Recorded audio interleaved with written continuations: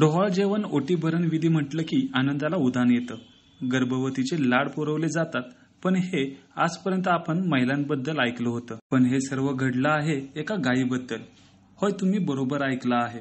सातारा जवळील निगडी येथे शशिकांत पवार आणि त्यांच्या कुटुंबियांनी चक्क खिलार गायीचे डोहाळ जेवण आणि ओटी भरण कार्यक्रम मोठ्या उत्साहात साजरा करून गौमातेबद्दलची कृतज्ञता व्यक्त केली आहे.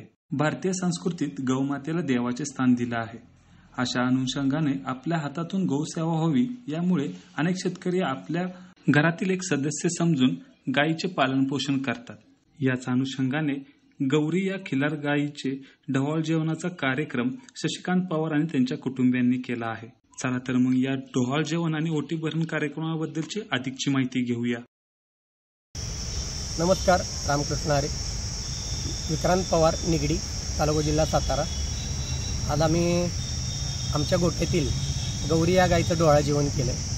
आमची घरातील एक सदस्य असलेली गौरी, आपण ज्या पद्धतीनं आपल्या कुटुंबातील नवीन कोण जर पाहुणा येणार असेल आपल्या घरामध्ये, त्याची चुणूक लागली की आपण त्या गर्भवती महिलेचं जसं लाड पुरवतो तसं आम्ही आमच्या गोठ्यातील गाईचे, आमच्या घरातील सदस्य असल्यामुळं आम्ही तिलाही लाड पुरवून तिला जे आवडेल त्या पद्धतीनं या ठिकाणी एक छोटासा डोहाळ जेवणाचा आगळा वेगळा कार्यक्रम साजरा केला आहे. याच्यामागचा उद्देश असा की आपल्या भारतीय संस्कृतीमध्ये गाईला जे महत्त्वाचं स्थान आहे, जे गोमाता आपण म्हणतो, तर त्या गोमातेचं संरक्षण व्हावं, रक्षण व्हावं आणि तिची सर्वांकडून सेवा व्हावी, ह्या उद्देशापोटी आम्ही गौरी या गाईचा आम्ही डोहाळ जेवणाचा कार्यक्रम आयोजित केला. या कार्यक्रमामध्ये आम्ही तिला तिच्या आवडीचे पदार्थ आणि आमच्या आवडीचे की जे तिला काय खाऊ घालू वाटत होते असे सर्व पदार्थ आम्ही तयार केले.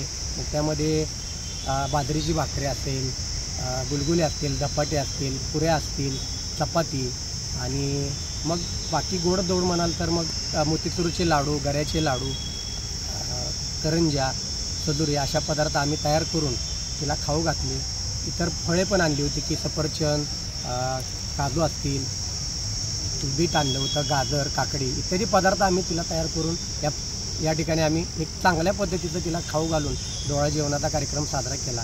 आमच्या शेजारील आजूबाजूच्या आमच्या भावकीतील आणि घरातील ज्या महिला होत्या, आमचे पै पाहुणे, त्या सर्वांना आम्ही एकत्रित आणून पुरणपोळीचा स्वयंपाक करून जेवू घातलं आणि गौरी या गाईचं आम्ही सजावट करून तिची पूजा अर्चा केली आणि तिला पैठणी नेसवून आमची मोठी बहीण जी सातारला असतात त्यांनी पैठणी आणली होती तिच्यासाठी आणि पैठणी नेसवून तिला या ठिकाणी पूजा अर्चा केली आणि खूप छान असा आगळा वेगळा आम्ही गाईचा डोहाळ जेवणाचा कार्यक्रम या ठिकाणी साजरा केलेला.